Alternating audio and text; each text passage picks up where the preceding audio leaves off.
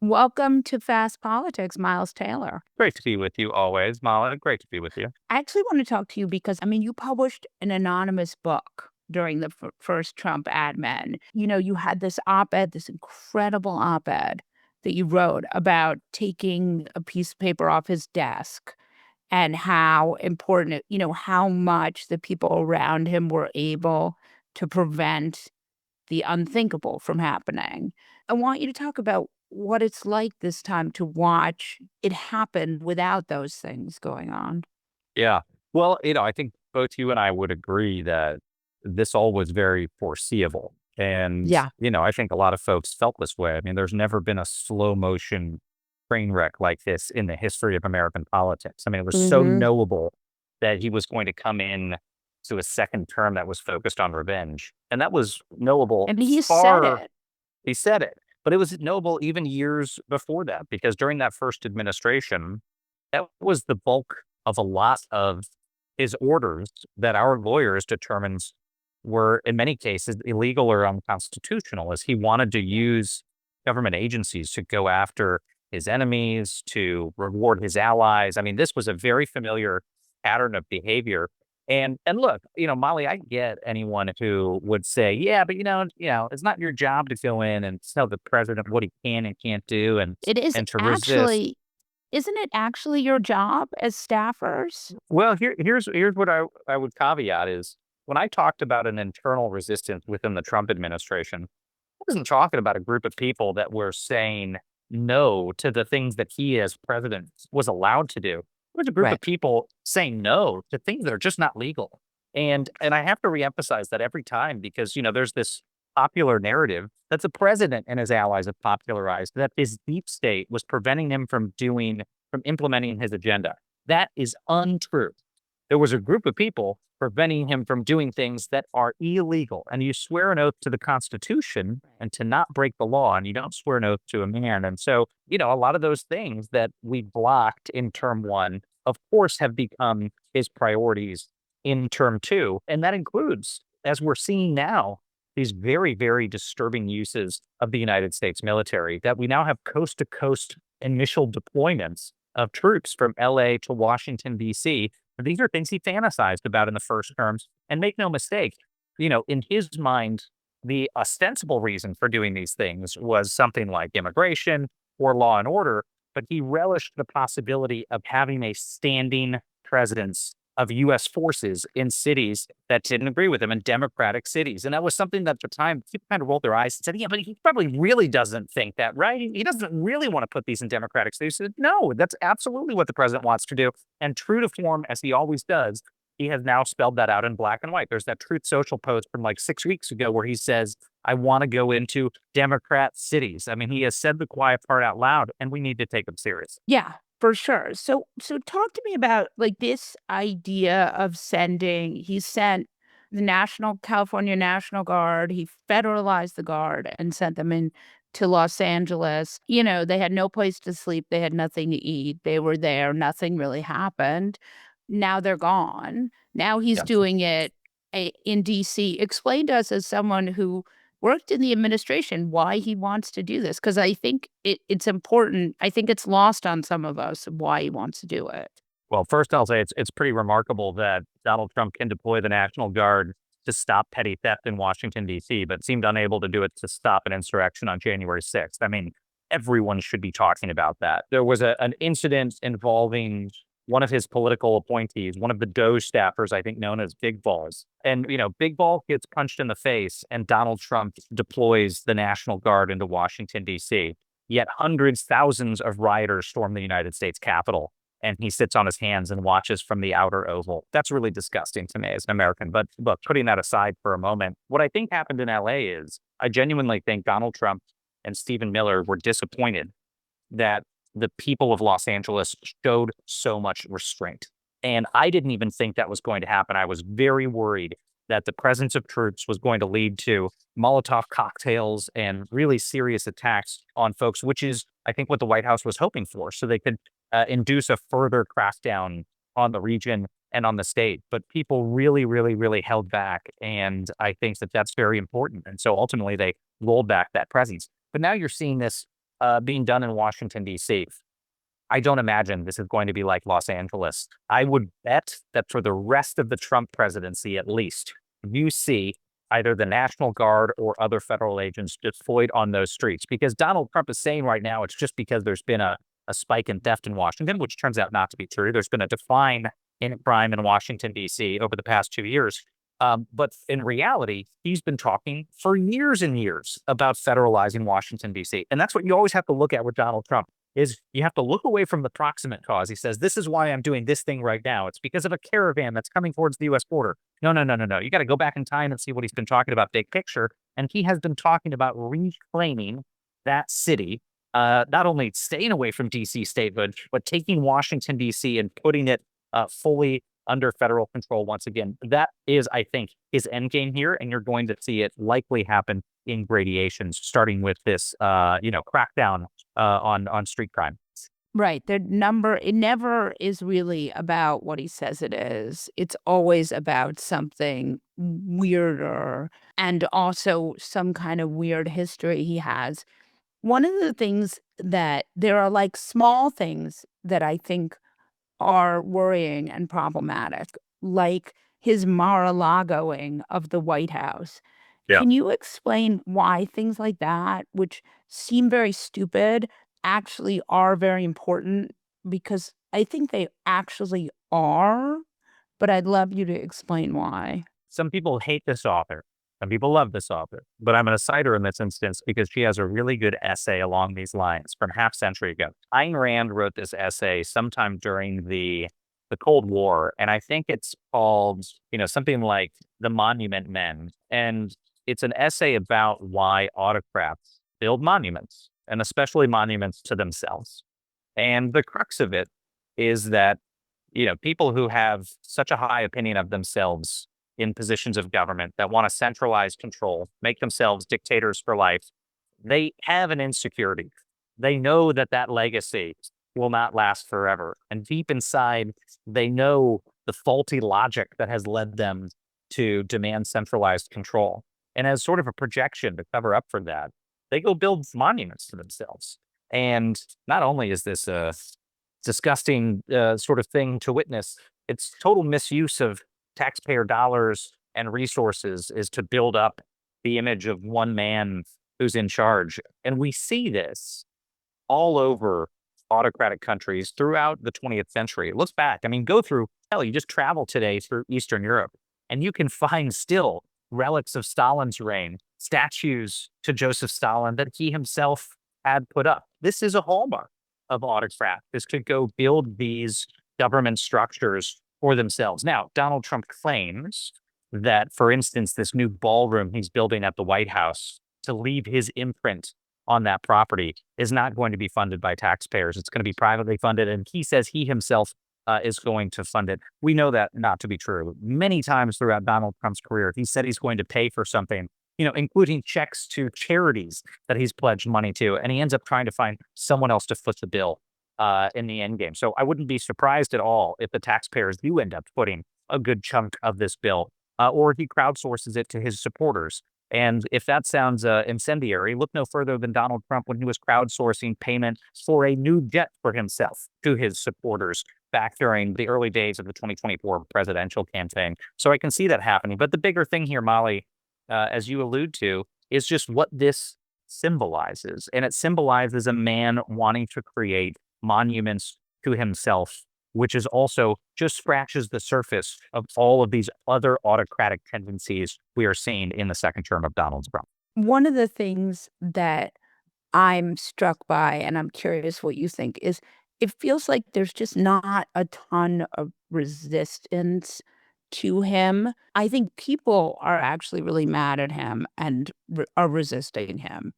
But it feels like the institutions, like the billionaires, the people who Yes. were supposed to be sort of stalwarts of whatever, seem to have really caved. Why do you think that is? And also, what do you think that sort of where do you think that gets us right now? I've been sort of toggling back and forth the past few weeks from little moments of optimism to a great deal of cynicism about what's happening. And, no King's Day when that happened, that was sort of the apex of my optimism. There's actually a lot more people that came out and mobilized than I expected, especially for what was a hot day in a lot of cities across the country. That was encouraging to see. However, as you point to, the elites, the institutions that are under fire are largely capitulating.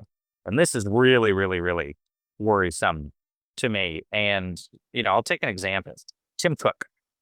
People who know Tim Cook, CEO of Apple, know him to be deeply in his core opposed to Donald Trump and everything he stands for.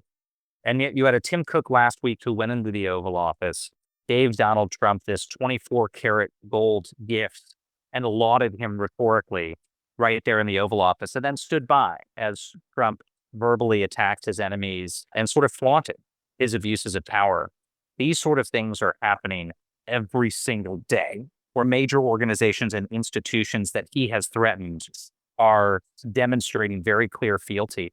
And what I've been saying the past few days is we need people to wake up to the fact that it's not just the elites that are under threat. Yes, people like New York Attorney General Letitia James and Senator Adam Schiff, all the way to myself, are under investigations by Trump's administration as pure and clear retaliation for having opposed him or investigated him or spoke out against him. It would be easy enough to be a listener at home and say, I mean, that sucks. I like those people. I don't want to see that happen. But how does that affect me?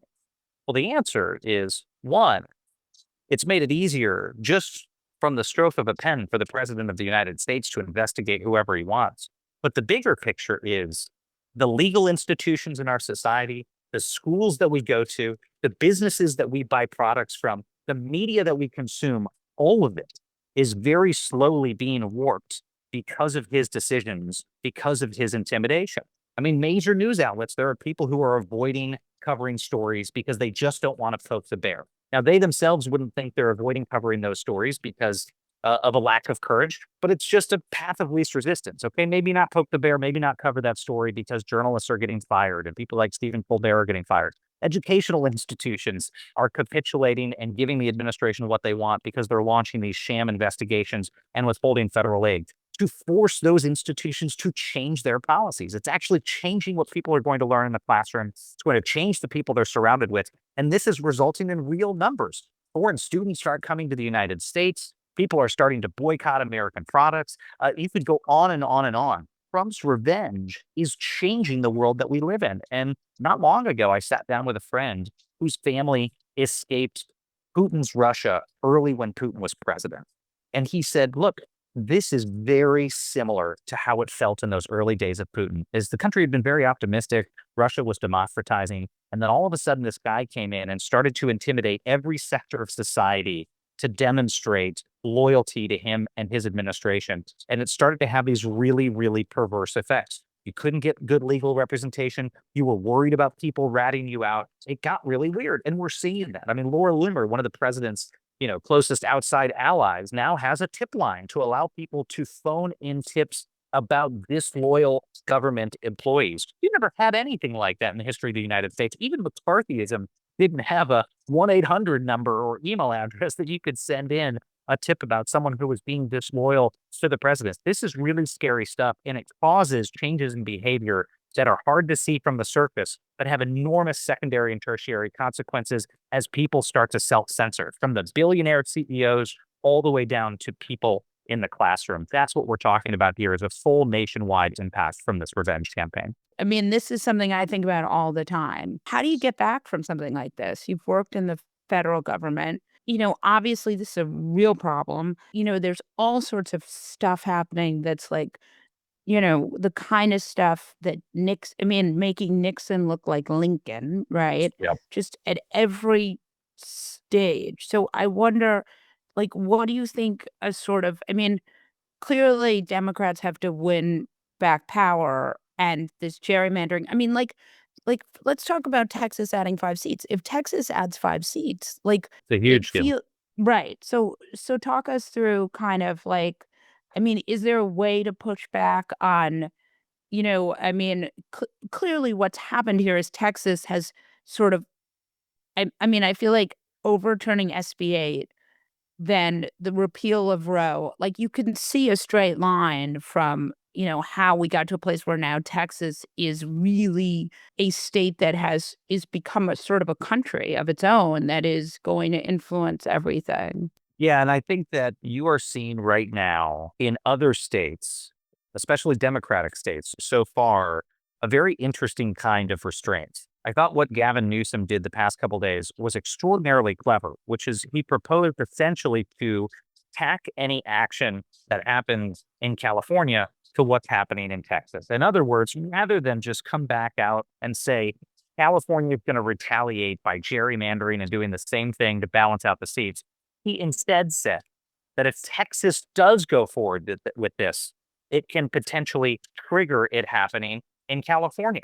which might change the incentives in Texas. Because if you're a legislator in Texas and you know that essentially what California does is going to nullify what you do, well, then you may not want to go forward with it. But also importantly, it's Newsom showing we're not just going to engage in tit for tat revenge and we're, just go forward with it no matter what happens. We're going to wait and see and give them an offer. And I think that's what's important and interesting here is we've got to figure out an off ramp from getting into the 21st century gerrymandering wars, because this could get very, very ugly very quick. And if we think our politics is broken right now, just wait until every single state in the union are trying to carve up every locality in awkward ways to win more seats. I mean, we will be in endless legal and political warfare if that ends up happening. So I'm glad that Newsom has shown that restraint, but it is overall, I think, a very, very bad signal about where things are headed. And make no mistake, this comes from the top. I mean, Donald Trump is so worried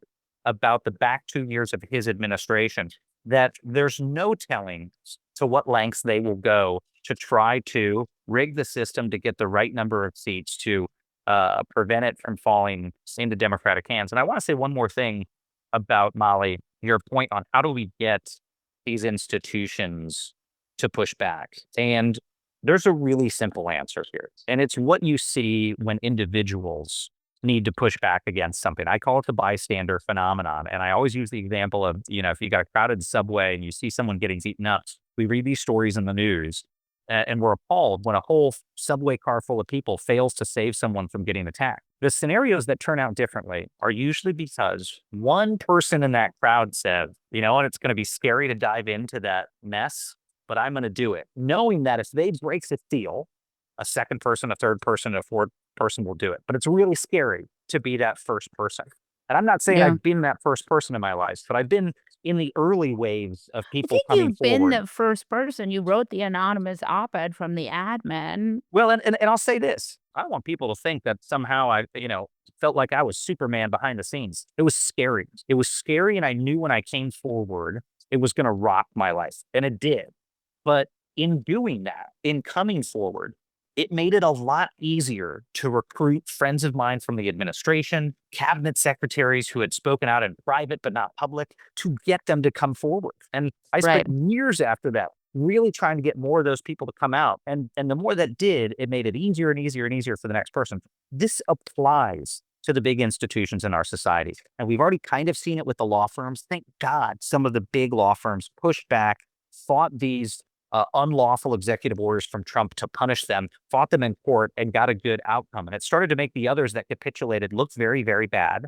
And that, I think, prevented it from getting a lot worse with the law firms. We need to see the same thing with universities in this country, with news organizations, with other institutions that are under fire. Some of them are going to have to step up and show courage, and that's going to cause a lot of pain for them in the short run. But, there are glimmers of hope with some of those institutions that this will happen. The place I have less hope is with businesses. I've seen none of the Silicon Valley tech executives say that Donald Trump's economic policies are terrible for tech and terrible for the United States, that his immigration policies are terrible for tech and terrible for the United States. None of these people who know better and think differently in their personal lives actually showing a back down. Now, that could change, especially if there's an economic downturn. If there's an economic downturn, you're going to see CEOs jump off the Trump bandwagon and start criticizing the administration. But that's not what it should take. So, look, we're still early in this administration, but I have been, like you, very alarmed that a lot of these institutions that are under fire have capitulated and not wanted to be the first to fight back. Miles Taylor, thank you so much for coming on. This was great. Molly, it's always wonderful to be with you. Thank you for your voice and for shining a light.